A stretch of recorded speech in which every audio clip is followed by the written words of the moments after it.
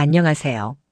평생을 바쳐 믿었던 단 한 사람에게 뒤통수를 맞는다는 게 얼마나 지독한 고통인지 뼈저리게 깨닫게 된 50대 후반의 여자예요. 제 인생에 그것도 모든 시름을 내려놓고 편안하게 살아야 할 노후에 이런 끔찍한 구덩이가 파여 있을 줄은 정말 꿈에도 몰랐어요. 그리고 그 구덩이를 판 사람은 제가 세상에서 가장 믿었던 제 남편이었어요. 지금부터 제가 어떻게 제 인생의 가장 큰 믿음과 노후의 마지막 보루를 한꺼번에 잃게 되었는지 그 믿기지 않는 이야기를 시작해 보려고 합니다. 다들 그러시겠지만 저 역시 젊은 시절엔 참 많은 꿈을 꿨어요. 하지만 결혼하고 아이들을 낳아 기르면서 제 꿈은 아주 소박해졌죠. 그저 남편 뒷바라지 잘하고 아이들 남부럽지 않게 키워서 번듯하게 결혼시키는 것. 그리고 우리 부부 늙어서 서로에게 짐 되지 않고 오붓하게 사는 것. 그게 제 인생의 목표이자 가장 큰 행복이었어요. 밖에서 돈 버는 사람은 남편이었지만 저는 안에서 살림을 일으키는 사람이라고 우리 가정의 절반은 분명 내 몫이라고 자부하며 살았어요. 콩 한쪽도 나누고 쓴물 단물 다 함께 맛보며 30년 넘는 세월을 함께 했으니까요. 그래서 남편이 정년퇴직을 했을 때 저는 서운함보다는 오히려 후련함이 더 컸어요. 이제 정말 우리 둘만의 시간이 시작되는구나 싶었거든요. 남편의 퇴직금은 은행에 고이 넣어두고 자식들도 다 출가해서 이제 우리 둘만 생각하면 됐죠. 가장 든든했던 건 바로 국민연금이었어요. 남편 앞으로 나오는 연금, 그리고 제가 받을 연금. 합치면 매달 200만 원이 훌쩍 넘는 돈이었죠.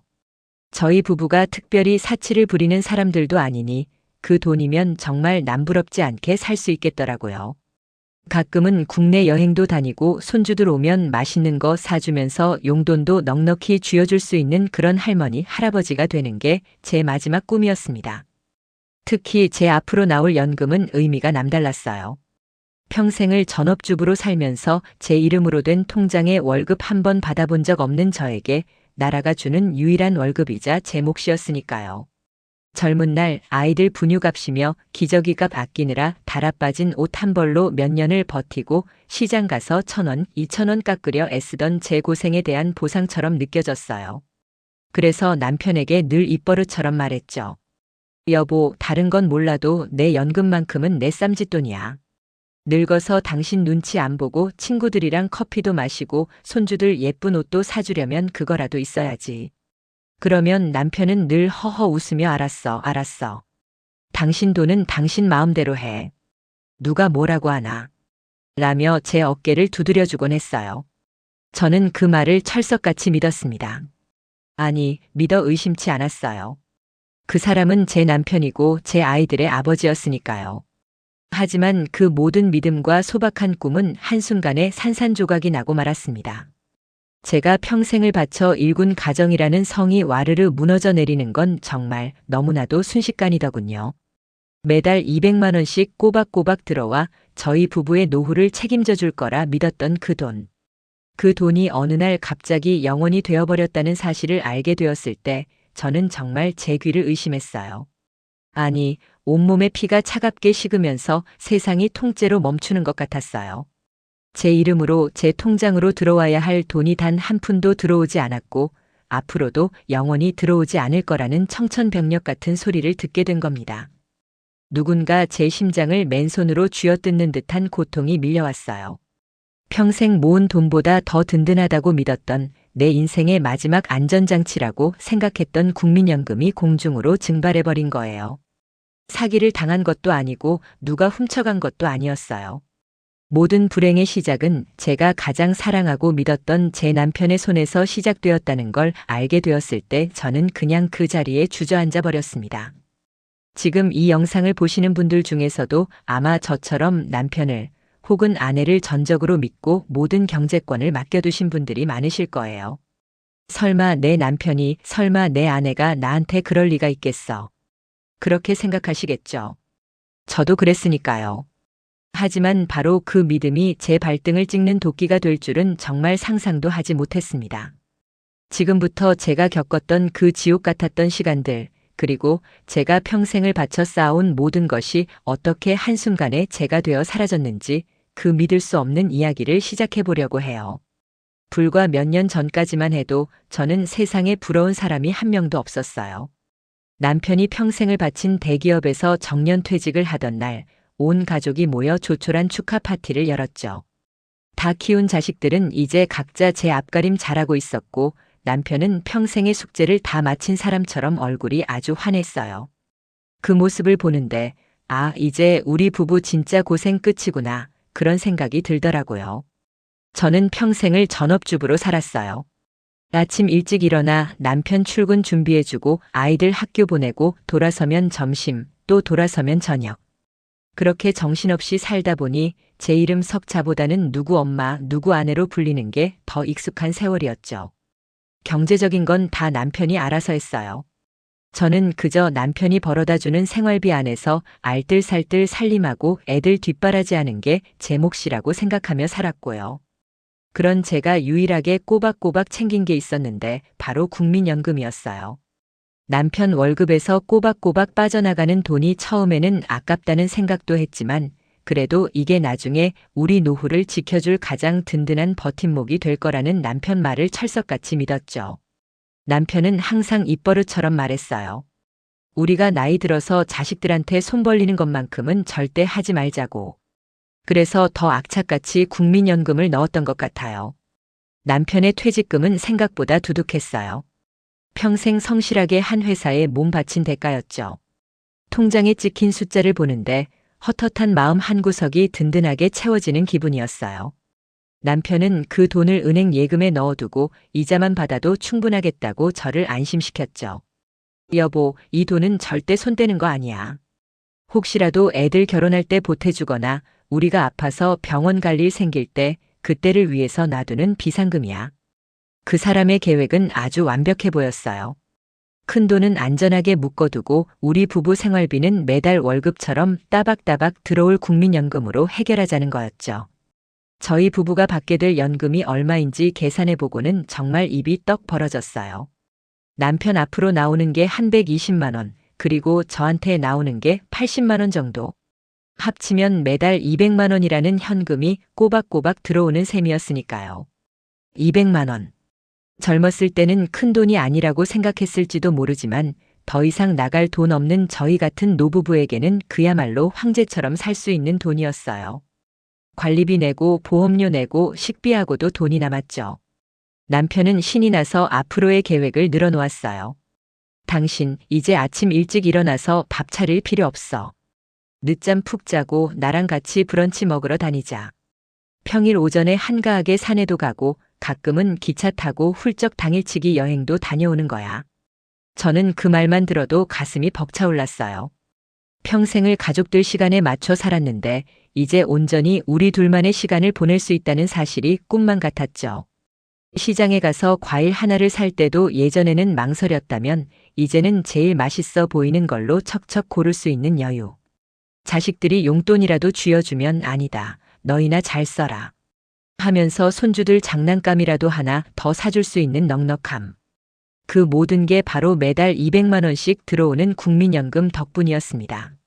나라가 망하지 않는 한 우리가 죽을 때까지 보장되는 가장 확실한 노후 자금이었으니까요. 가끔 친구들을 만나면 다들 자식 걱정, 노후 걱정에 한숨을 푹푹 쉬었어요. 그럴 때마다 저는 차마 대놓고 자랑할 수는 없어서 속으로만 생각했죠. 나는 걱정 없는데. 우리 남편이 다 알아서 해놨는데. 남편에 대한 믿음 그리고 우리 노후 계획에 대한 확신은 그 어떤 것보다 단단했어요. 그 사람은 절대 허튼 짓을 할 사람이 아니었고 평생을 저와 자식들을 위해 살아온 책임감 강한 가장이었으니까요. 그렇게 완벽한 은퇴 생활이 시작된 지 1년쯤 지났을까요? 저는 정말 하루하루가 선물 같았어요. 남편과 함께 아침을 먹고 나란히 앉아 커피를 마시며 신문을 보는 그 시간이 너무나 소중했죠. 그 평화로운 일상 속에서 저는 단 한 번도 의심해 본 적이 없어요. 우리가 함께 그려온 이 행복한 노년의 풍경이 아주 사소한 종이 한 장 때문에 산산조각 나게 될 거라고는요. 그때의 저는 이 단단하고 완벽해 보였던 우리의 노후 계획에 눈에 보이지 않는 거대한 균열이 생기고 있었다는 사실을 꿈에도 상상하지 못했습니다. 그날도 여느 때와 다름없는 평범한 오후였어요. 남편이 퇴직하고 나니 하루가 참 길고 또 한편으로는 조용하고 평화로웠죠. 햇살은 따뜻했고 거실 창으로 들어오는 바람은 기분 좋게 뺨을 스쳤습니다. 저는 베란다에 널어놓았던 빨래를 개키고 있었어요. 바싹 마른 수건에서 나는 뽀송뽀송한 섬유 유연제 향기가 꼭 우리 부부의 노후처럼 안정적이고 포근하게 느껴졌던 바로 그런 날이었습니다. 매일같이 쌓이는 광고지와 고지서를 정리하려고 현관문 앞에 놓인 우편함을 열었어요. 이런저런 우편물들을 한 손에 들고 거실로 들어오는데 유독 낯선 봉투 하나가 눈에 띄었습니다. 국민연금공단. 네 글자가 선명하게 박혀있는 제법 두께가 있는 서류 봉투였어요. 그런데 받는 사람이 제 이름이 아니라 남편의 이름으로 되어 있더군요. 순간 고개를 갸웃했어요. 이상하다. 남편 연금은 이미 신청해서 받고 있고 제 것도 몇 년 뒤면 받을 수 있도록 다 신청을 마쳤다고 남편이 직접 자기 입으로 말했거든요. 우리 부부의 노후 연금 문제는 자기가 완벽하게 처리해놨으니 당신은 아무 걱정 말고 편히 지내기만 하면 된다고 얼마나 큰 소리를 쳤는데요. 그런데 남편 앞으로 또 무슨 서류가 온 걸까? 혹시 뭔가 누락된 게 있나 아니면 제도가 바뀌어서 안내문이라도 온 걸까? 별의별 생각이 다 들었지만 그때까지만 해도 저는 정말 대수롭지 않게 생각했습니다. 그저 남편이 오면 물어봐야겠다고 생각하고 식탁 위에 잘 올려두었을 뿐이에요. 저녁 무렵 남편이 현관문을 열고 들어왔어요. 동네 친구들과 등산을 다녀왔는지 얼굴이 상기되어 있었고 기분도 무척 좋아 보였습니다. 저녁 식사를 준비하는 제 등 뒤로 다가와 어깨를 주무르며 오늘 저녁 메뉴는 뭐야? 배고파 죽겠네라며 너스레를 떨었죠. 저는 웃으며 남편이 좋아하는 김치찌개를 끓이고 있다고 대답했습니다.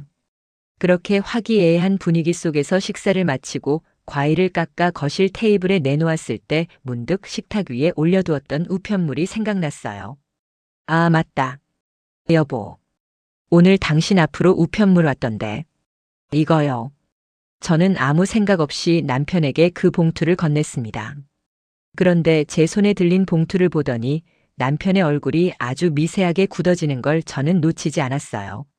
늘 유쾌하게 웃던 입꼬리가 순간 멈칫했고 제게서 봉투를 받아드는 손길이 어딘지 모르게 급하게 느껴졌습니다. 아, 이거? 별거 아니야. 그냥 뭐 정기적으로 오는 안내문 같은 거겠지. 남편은 봉투를 대충 훑어보더니 거실 테이블 구석으로 툭 밀어놓는 것이었습니다. 너무나 태연한 그 모습에 오히려 제 마음속에서 작은 의심의 싹이 트기 시작했어요. 그래도 국민연금공단에서 온 건데 중요한 서류 아니에요? 한번 뜯어보지 않고요. 제 말에 남편은 귀찮다는 듯이 저를 쳐다봤어요. 평생을 함께 산 부부만이 느낄 수 있는 아주 사소하지만 분명한 짜증이 섞인 눈빛이었죠. 아니라니까 그러네. 당신은 이런 골치 아픈 거 신경 쓰지 마. 돈 문제는 내가 다 알아서 해. 평생 그렇게 해왔잖아. 그렇게 대화는 허무하게 끝나버렸어요. 남편은 뜯어보지도 않은 봉투를 들고 서재로 들어가더니 한참 뒤에야 나왔습니다. 나중에 슬쩍 서재에 들어가 보니 그 우편물은 책상 서랍 가장 깊숙한 곳에 다른 서류들 밑에 깔려 보이지 않게 들어가 있더군요. 그날 밤 저는 잠을 이룰 수가 없었어요. 옆에 누워 곤히 잠든 남편의 숨소리가 유독 거슬렸습니다. 왜 그랬을까요? 왜 봉투를 열어보지도 않고 별거 아니라고 단정했을까요? 정말 별게 아니라면 왜 제 앞에서 당당하게 확인하지 않고 서재 서랍 깊은 곳에 숨겨놓은 걸까요? 꼬리에 꼬리를 무는 질문들이 머릿속을 헤집어 놓았습니다. 평생을 믿고 의지했던 사람이에요. 집안의 모든 대소사, 특히 돈 문제에 있어서는 저는 그 사람 말이라면 무조건 믿었죠. 제가 경제관념이 어두운 걸 아니까 똑똑하고 책임감 강한 남편이 다 알아서 해주겠거니 평생을 그렇게 살아왔습니다. 그런데 그 단단했던 믿음에 처음으로 작은 금이 가는 소리가 들리는 듯 했습니다. 내가 너무 예민한가? 그럴 리가 없어. 저 사람이 나한테 거짓말을 할 리가 없지. 스스로를 다독이고 애써 불안감을 지우려 했지만 한번 피어오른 의심의 연기는 좀처럼 사라지지 않았어요. 제 마음 한구석에 차갑고 뾰족한 가시 하나가 박힌 기분이었습니다. 뭔가 잘못되고 있다는 아주 불길한 예감이 온몸을 휘감았습니다. 제 인생을 송두리째 뒤흔들 폭풍이 바로 저 얇은 우편 봉투에서부터 시작되고 있었다는 걸 그때의 저는 미처 알지 못했습니다. 며칠을 뜬 눈으로 밤을 새웠는지 몰라요. 아무리 생각해도 그 사람의 말이 이상했어요. 그냥 단순한 안내 우편물이라는데 그걸 보고 난 뒤부터 제 눈을 피하고 밥 먹을 때도 말이 없어지는 남편의 모습이 제 머릿속을 떠나지 않았습니다. 불안감에 심장이 멋대로 쿵쾅거렸어요. 이러다 정말 큰일이 나겠다 싶었죠. 평생 남편만 믿고 살았지 이런 행정적인 일은 단 한 번도 혼자 해본 적이 없어서 두려운 마음이 앞섰지만 이대로는 안 되겠다는 생각에 무작정 집을 나섰습니다. 국민연금공단으로 향하는 버스 창밖으로 스쳐 지나가는 풍경들이 눈에 들어오지 않았어요. 머릿속은 온통 아닐 거야. 내가 너무 예민한 거겠지 하는 생각과 정말 만약에 무슨 일이 있다면? 하는 끔찍한 상상으로 뒤엉켜 있었죠. 공단 건물은 생각보다 크고 차가웠어요. 번호표를 뽑고 딱딱한 의자에 앉아 제 차례를 기다리는 동안 주변 사람들의 평온한 얼굴을 보며 저만 이 세상에 혼자 뚝 떨어진 것 같은 기분이 들었습니다. 무엇을 도와드릴까요? 제 번호가 불리고 젊은 남자 상담원 앞에 앉았을 때 저는 겨우 목소리를 쥐어짜냈어요. 저기, 제 연금이 언제부터 나오는지 어떻게 되는지 좀 확인하고 싶어서요. 남편이 곧 퇴직을 해서 이제 저희도 슬슬 준비를 해야 할 것 같아서요. 애써 태어난 척 정말 궁금해서 온 사람처럼 웃어 보였지만 입꼬리가 파르르 떨리는 건 어쩔 수 없었죠. 상담원은 제 신분증을 받아들고 컴퓨터에 무언가를 입력하기 시작했어요. 타닥타닥 그 키보드 소리가 어찌나 크고 날카롭게 들리던지.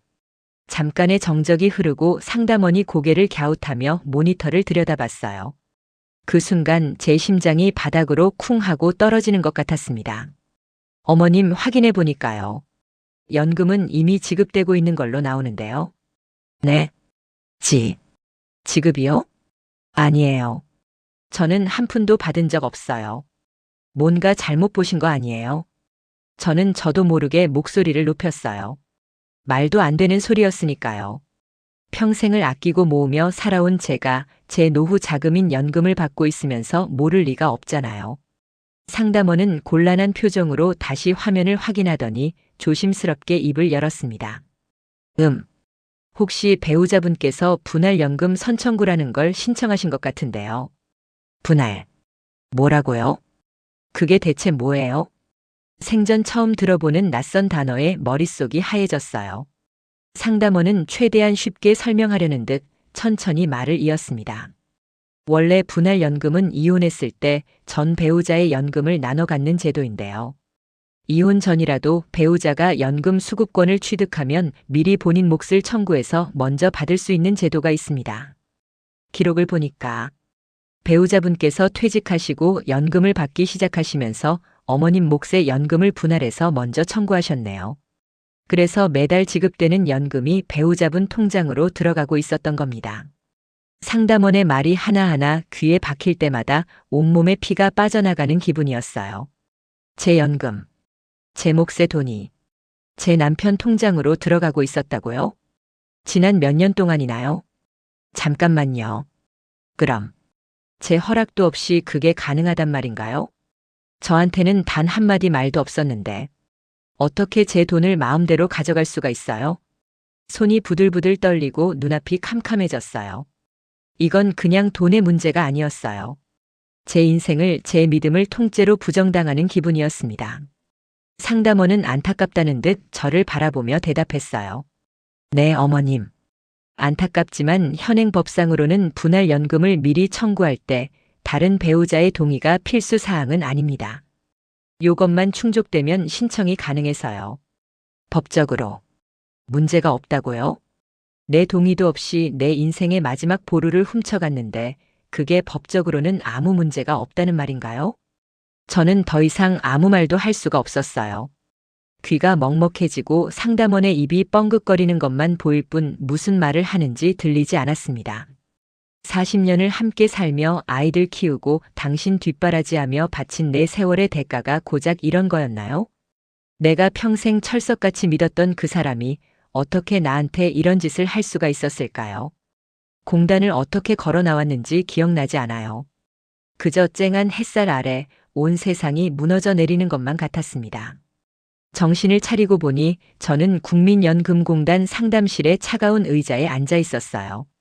방금 전 상담원이 제게 읊어준 내용들이 도무지 현실 같지가 않아서 이게 꿈인지 생시인지 분간이 안 갔어요. 어떻게 내 허락도 없이, 나한테는 단 한 번의 통보도 없이 내 노후 자금이 남편 통장으로 매달 꼬박꼬박 들어가고 있을 수가 있는 거죠? 손이 부들부들 떨리는 걸 억지로 붙잡고 겨우 입을 뗐어요. 아니, 저기요. 그게 어떻게 법적으로 가능한 건가요? 제가 이혼을 한 것도 아니고 버젓이 한 집에 살고 있는 부부인데 어떻게 아내 연금을 남편이 마음대로 신청해서 타갈 수가 있어요? 제 동의서는요? 제 신분증은요? 저한테 전화 한 통이라도 해봤어야 하는 거 아니에요? 제 목소리는 저도 모르게 격앙되어 있었어요. 하지만 맞은편에 앉은 젊은 상담원은 안타깝다는 표정을 지으면서도 지극히 사무적인 목소리로 대답하더군요. 어머님 진정하시고요. 남편분께서 신청하신 건 분할연금 선청구 제도입니다. 법적으로 배우자의 동의가 필요 없는 절차입니다. 분할연금 선청구. 제 평생 처음 들어보는 그 생소한 단어가 마치 사형 선고처럼 귓가에 박혔어요. 배우자의 동의가 필요 없다고요? 내 돈인데, 내 노후인데 내 동의가 필요 없다니요. 이게 대체 무슨 귀신 씨나락 까먹는 소리인가 싶었어요. 기가 막혀서 말이 안 나왔어요. 제가 멍하니 있으니 상담원이 조심스럽게 설명을 덧붙이더군요. 원래 이분할 연금이라는 제도는 이혼한 배우자의 노후를 보장해주기 위해 만들어진 거래요. 특히 평생 전업주부로 살면서 국민연금에 가입하지 못했던 아내들이 남편과 이혼한 뒤에도 남편 연금의 일부를 나눠받아 최소한의 생계를 유지할 수 있도록 만든 아주 좋은 취지의 법이라는 거예요. 순간 피가 거꾸로 솟는 것 같았어요. 좋은 취지요? 지금 저더러 들으라고 하는 소리예요? 그럼 저는요. 저는 이혼 안 했잖아요. 평생 남편 하나 믿고 자식들 키우면서 살아온 죄밖에 없는데 왜 저는 그 좋은 법의 보호를 받지 못하는 건가요? 오히려 그 법 때문에 내 연금을 남편한테 통째로 사기당한 거잖아요. 상담원은 제 절규에 입을 꾹 다물었어요. 그도 할 말이 없었겠죠. 그저 규정이 그렇다는 말만 앵무새처럼 되풀이할 뿐이었어요. 제가 나중에 더 알아보고 알게 된 사실은 더 충격적이었어요. 이 제도는 이혼 전에 미리 신청해 둘 수도 있다는 거예요. 아직 이혼 도장을 찍지 않았더라도 이혼 소송 중이거나 별거 중인 상태에서 앞으로 이혼할 것이 확실시되면 미리 청구해서 연금을 타갈 수 있다는 거죠. 그런데 여기에 아주 교묘하고 무서운 허점이 있었어요. 우리 부부처럼 이혼 소송이나 별거를 하는 상태가 전혀 아닌데도 남편이 악의적인 마음을 품고 서류를 꾸며서 신청하면 사실상 막을 방법이 없다는 거였어요. 남편은 저 몰래 성격 차이로 이혼을 준비 중이라는 식의 서류를 제출했고 공단에서는 부부 사이의 내밀한 문제까지 일일이 확인할 방법이 없으니 서류만 보고 지급을 승인해버린 거였어요. 세상에 이런 법이 어디 있어요? 부부 사이의 신뢰를 담보로 한 사람을 완벽한 바보로 만드는 이런 허술한 제도를 왜 나라는 가만히 내버려 두고 있는 걸까요? 왜 정부는 이런 피해자가 계속해서 생겨나는 걸 알면서도 쉬쉬하고 있는 걸까요? 남편이 나쁜 사람이라는 건 이제 알겠어요. 하지만 저는 남편보다 평생 성실하게 보험료를 납부하며 믿었던 이 나라와 국민연금 제도에 더 큰 배신감을 느꼈어요. 최소한의 안전장치, 배우자에게 사실관계를 확인하는 전화 한 통, 문자 한 통만 있었더라면, 그랬더라면 제 노후가 이렇게 한순간에 무너지지는 않았을 거잖아요. 결국 이분할 연금 선청구라는 제도는 이혼을 앞둔 배우자를 보호한다는 명목 아래 저처럼 평범하게 가정을 지키고 살아온 사람의 등 뒤에 비수를 꽂는 무서운 무기가 되어버린 거였어요.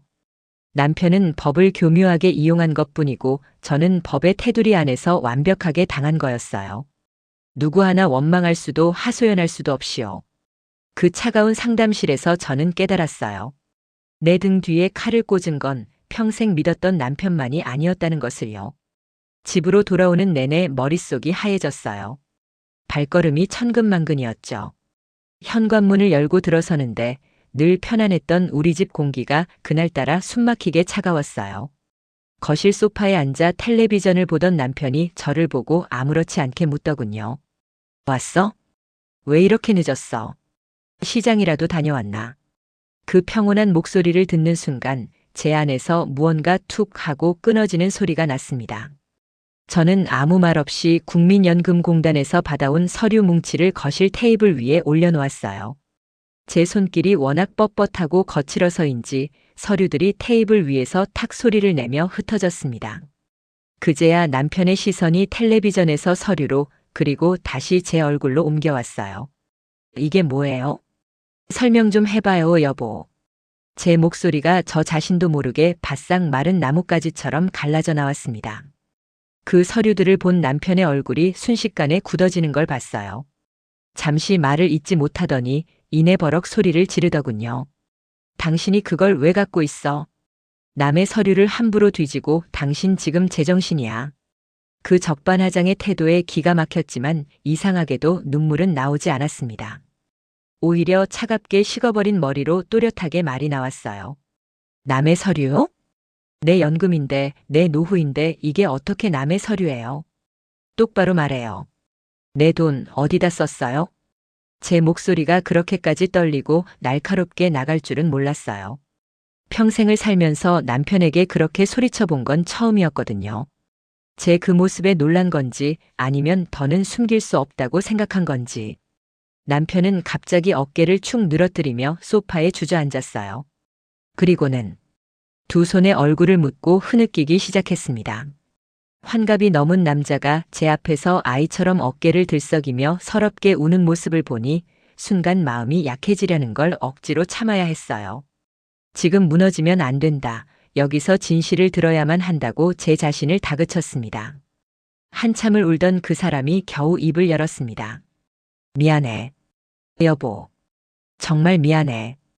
그 한마디를 시작으로 남편은 지난 몇 년간 저를 감쪽같이 속여왔던 모든 비밀을 털어놓기 시작했습니다. 남편의 이야기는 퇴직 직후로 거슬러 올라갔어요. 평생 대기업 부장이라는 명함을 달고 쉼없이 달려왔는데 막상 퇴직하고 나니 세상에 혼자 덩그러니 남겨진 기분이었대요. 자식들은 다 커서 제 갈 길 가고 아내인 저는 저대로 잘 지내는 것 같은데 자기만 쓸모없는 잉여인간이 된 것 같아 매일 밤 잠을 설칠 정도로 초조하고 불안했다고요. 그러다 옛 직장 동료에게서 이것만 투자하면 노후 걱정은 없다는 말을 들었답니다. 요즘 다들 한다는 주식이었어요. 처음엔 퇴직금 일부로 시작했는데 운이 좋았는지 돈이 돈을 버는 재미에 푹 빠졌던 거죠. 자기가 아직 죽지 않았다는 걸, 돈 버는 능력이 있다는 걸 저한테, 그리고 세상에 보여주고 싶었다고 하더군요. 하지만 그 달콤한 꿈은 오래가지 않았습니다. 순식간에 반토막, 또 반토막이 나더래요. 본전 생각에 이성을 잃고 무리하게 돈을 빌려 추가로 넣었지만 빚은 눈덩이처럼 불어났어요. 사채까지 손을 댔고 이자 독촉 전화가 빗발치고 집으로까지 찾아오겠다는 협박을 받으면서 제정신이 아니었다고 했습니다. 저한테만은 평생 책임감 강한 가장으로 남고 싶었던 자존심 때문에 차마 빚 이야기를 털어놓을 수가 없었다고요. 그러다 우연히 그 제도를 알게 됐답니다. 배우자 동의 없이도 제 몫의 연금을 먼저 당겨받을 수 있다는 사실을요. 그 순간 이게 마지막 동아줄이라고 생각했대요. 그 돈으로 급한 불부터 끄고 다시 투자해서 원금을 회복하면 아무도 모르게 조용히 다시 채워 넣을 생각이었다고. 정말 그랬다고. 제 눈을 보지도 못하고 횡설수설하는데 그 모습이 너무나 비참해 보였습니다. 당신 연금은 절대 떼어먹을 생각이 없었다. 잠깐만 빌려 쓰려고 했다. 그 말을 몇 번이고 반복하는데 제 귀에는 아무것도 들리지 않았어요. 남편의 구차한 변명과 눈물을 보고 있자니 분노보다도 더 깊은 허탈감이 밀려왔어요. 평생을 믿고 의지했던 내 남편이 제가 아이들 키우고 살림하며 묵묵히 쌓아 올린 시간의 대가를 자신의 실패를 덮기 위한 미봉책으로 써버렸다는 사실을 도저히 받아들일 수가 없었습니다. 제가 시장에서 콩나물값 1,000원을 깎으려고 흥정하고 달아빠진 행주를 몇 번이고 삶았으면서 아끼고 아껴왔던 그 시간들이 한순간에 물거품처럼 사라지는 기분이었어요. 그 사람의 눈물은 더 이상 제게 아무런 위로가 되지 않았습니다. 그 눈물이 진심이든 아니든 이미 제 인생은 송두리째 무너져 내린 뒤였으니까요. 수십 년을 함께한 부부라는 믿음, 서로의 노후를 지켜줄 것이라는 신뢰, 그 모든 것이 산산조각 나버린 그 순간 저는 깨달았습니다. 이제 이 집에서 제가 기댈 곳은 아무 데도 없다는 것을요. 모든 게 다 밝혀지고 나서야 저는 매일 밤 잠 못 이루고 수십 번, 수백 번씩 되뇌었어요. 시간을 되돌릴 수만 있다면 내가 뭘 할 수 있었을까? 그 끔찍한 사실을 마주하기 전에 이 모든 비극을 막을 방법은 정말 없었을까? 있었어요. 너무나도 간단해서 허무할 정도로 쉬운 방법이 분명히 있었어요. 제가 그 방법을 몰랐다는 이유만으로, 아니, 정확히는 평생을 함께한 내 남편을 의심해야 할 이유가 단 하나도 없었기에 알려고조차 하지 않았다는 그 이유만으로 제 남은 인생 전부가 송두리째 무너져 내린 거예요. 그래서 지금 이 이야기를 듣고 계신 분들께 저는 정말 피눈물을 삼키는 심정으로 부탁드리고 싶어요. 제발 지금 당장 확인해 보세요. 5분이면 충분해요. 어쩌면 제 인생을 구렁텅이에 쳐넣은 그 5분이 여러분의 남은 수십 년을 지켜줄 가장 중요한 시간이 될지도 몰라요. 이건 남편을, 아내를 믿고 안 믿고의 문제가 아니에요. 내 인생의 마지막 보루인 내 권리를 내가 직접 챙기는 너무나도 당연한 일이란 걸 저는 너무 늦게 깨달았어요. 먼저 내 연금이 지금 어떤 상태인지부터 확인해야 해요. 컴퓨터나 스마트폰이 익숙하신 분들은 국민연금공단 홈페이지나 내 곁에 국민연금이라는 앱에 들어가시면 돼요. 저 같은 사람들은 그런 게 어렵게 느껴지잖아요. 그러면 그냥 신분증 하나만 들고 가까운 국민연금공단 지사에 찾아가세요. 그게 제일 정확하고 속 편해요. 가서 내 연금 가입 내역 좀 확인하러 왔다고 하면 직원분이 알아서 다 안내해 주실 거예요. 거기서 우리가 봐야 할 건 단순히 예상 연금월액이 얼마인지가 아니에요. 저도 그것만 보고 아이고, 이 정도면 둘이 먹고 살만하겠다 안심하고 있었으니까요.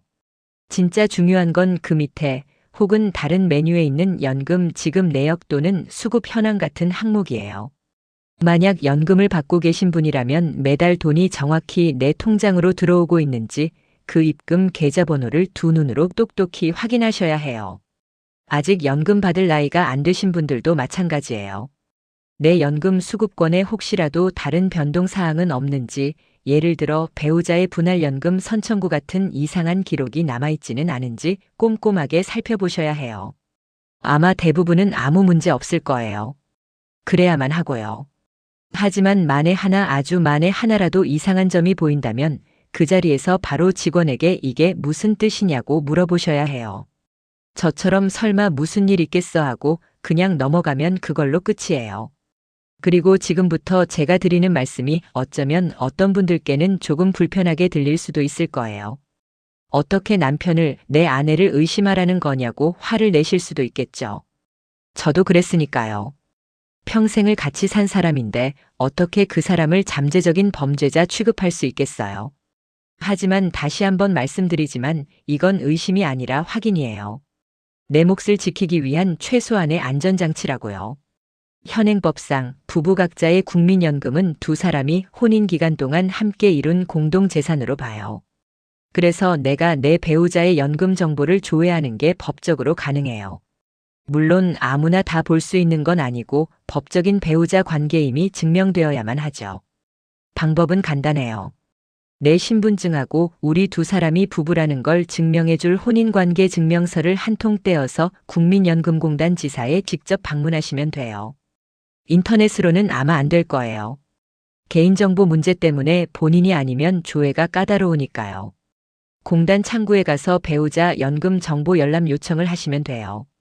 조금 쭈뼛거려질 수도 있고 이걸 물어보는 내 자신이 초라하게 느껴질 수도 있어요. 하지만 그 잠깐의 어색함과 불편함이 저처럼 모든 걸 잃고 길바닥에 놔앉는 것보다는 100번, 1000번 나아요. 그렇게 해서 확인할 수 있는 정보는 배우자가 그동안 낸 보험료가 총 얼마인지, 그래서 나중에 얼마의 연금을 받게 되는지 같은 것들이에요. 하지만 여기서 진짜 중요한 건 내 연금에 대한 분할연금 청구가 혹시라도 미리 들어가 있지는 않은지 확인하는 거예요. 제 남편이 저지른 짓이 바로 그거였으니까요. 그 사람은 자기가 이혼하고 연금을 받게 될 때 제 몫의 연금을 떼어가겠다고 공단에 미리 신청을 해놨던 거예요. 저는 까맣게 모르고 있었고요. 만약 제가 1년 전에라도, 아니 6개월 전에라도 이걸 확인했더라면, 그랬더라면 남편을 붙잡고 대체 무슨 짓을 한 거냐고 따져 묻기라도 했을 텐데. 그 사람의 빚 문제도 그때 알게 됐을 거고 어떻게든 다른 해결 방법을 찾아보자고 매달리기라도 했을 거예요. 이렇게 속수무책으로 제 모든 노후 자금을 빼앗기고 나서야 모든 사실을 알게 되는 일은 없었을 거란 말이에요. 이 모든 확인 절차가 정말 길어야 30분도 채 걸리지 않아요. 부디 제발 귀찮다고 미루지 마세요. 우리는 괜찮을 거라고, 우리 남편은, 우리 아내는 절대 그럴 사람이 아니라고 철석같이 믿지 마세요. 저도 제 남편이 세상에서 가장 가정적이고 책임감 강한 사람인 줄로만 알고 40년을 살았어요. 사람 속은 아무도 모르는 거예요. 특히 돈 문제가 얽히면 평생을 함께한 부부 사이의 신뢰 너무나도 쉽게 무너져 내릴 수 있다는 걸 저는 제 뼈와 살을 깎는 고통으로 배웠어요. 그러니 제발 당신의 연금을, 당신의 마지막 자존심을 당신 스스로 지키세요. 더 늦기 전에, 정말 모든 걸 잃고 후회하기 전에 말이에요. 그 사람의 눈물을 본 뒤로 우리 집엔 무거운 침묵만이 남았어요. 수십 년을 함께 산 부부 사이가 이렇게 차갑고 어색할 수 있다는 걸 처음 알았죠. 거실 소파 양끝에 앉아 있어도 마치 지구 반대편에 있는 사람처럼 느껴졌어요. 그 사람은 고개를 푹 숙인 채 아무 말이 없었고 저 역시 무슨 말을 해야 할지 몰랐습니다. 배신감, 분노, 허탈함, 이 모든 감정이 뒤섞여 제 가슴을 꽉 막고 있는 것 같았어요. 며칠 동안은 정말 아무것도 할 수가 없었어요. 잠도 오지 않았습니다. 눈을 감으면 국민연금공단 상담원의 메마른 목소리가 귓가에 맴돌았고요. 눈을 뜨면 텅 빈 제 통장 잔고가 보이는 것만 같아서 숨이 턱턱 막혔어요. 평생을 아끼고 아껴가며 아이들 키우고 남편 뒷바라지하며 살아온 제 인생이 송두리째 부정당하는 기분이었죠. 밥맛도 없고 며칠 동안은 물만 마시면서 멍하니 창밖만 바라봤어요. 내 인생이 저물어가는 해처럼 저렇게 쓰러져 가는구나 싶어서요. 그 사람은 제 눈치를 보며 몇 번이나 용서를 구했어요. 사업비 때문에 어쩔 수 없었다고, 다시는 그러지 않겠다고, 어떻게든 다 갚겠다고요. 하지만 그 어떤 말도 제 귀에 들어오지 않았어요.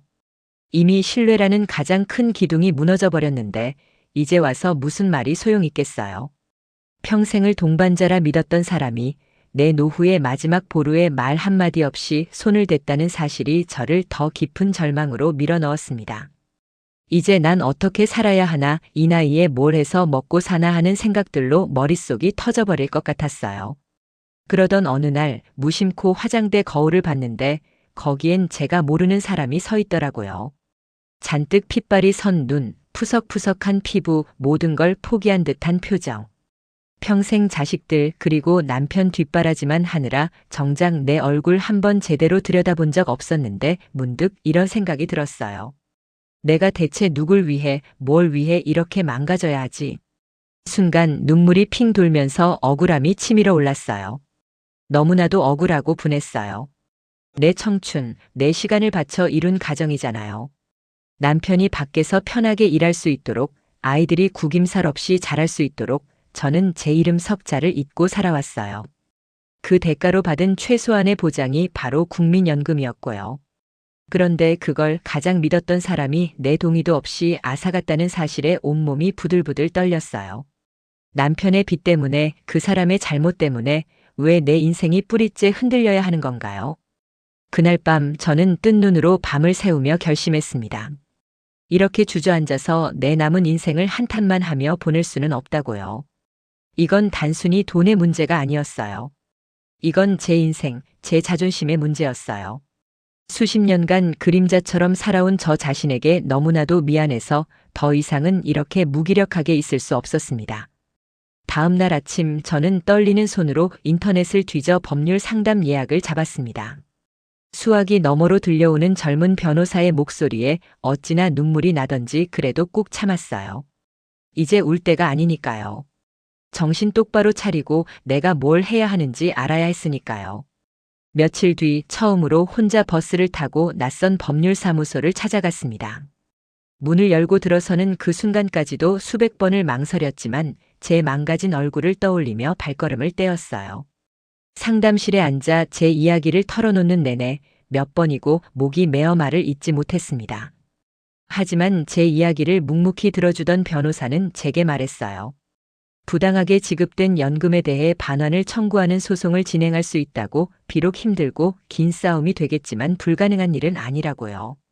그 말을 듣는 순간 캄캄한 터널 속에서 희미한 빛 한 줄기를 본 것 같았어요. 그래, 아직 끝난 게 아니야. 내 몫을 되찾을 수 있어.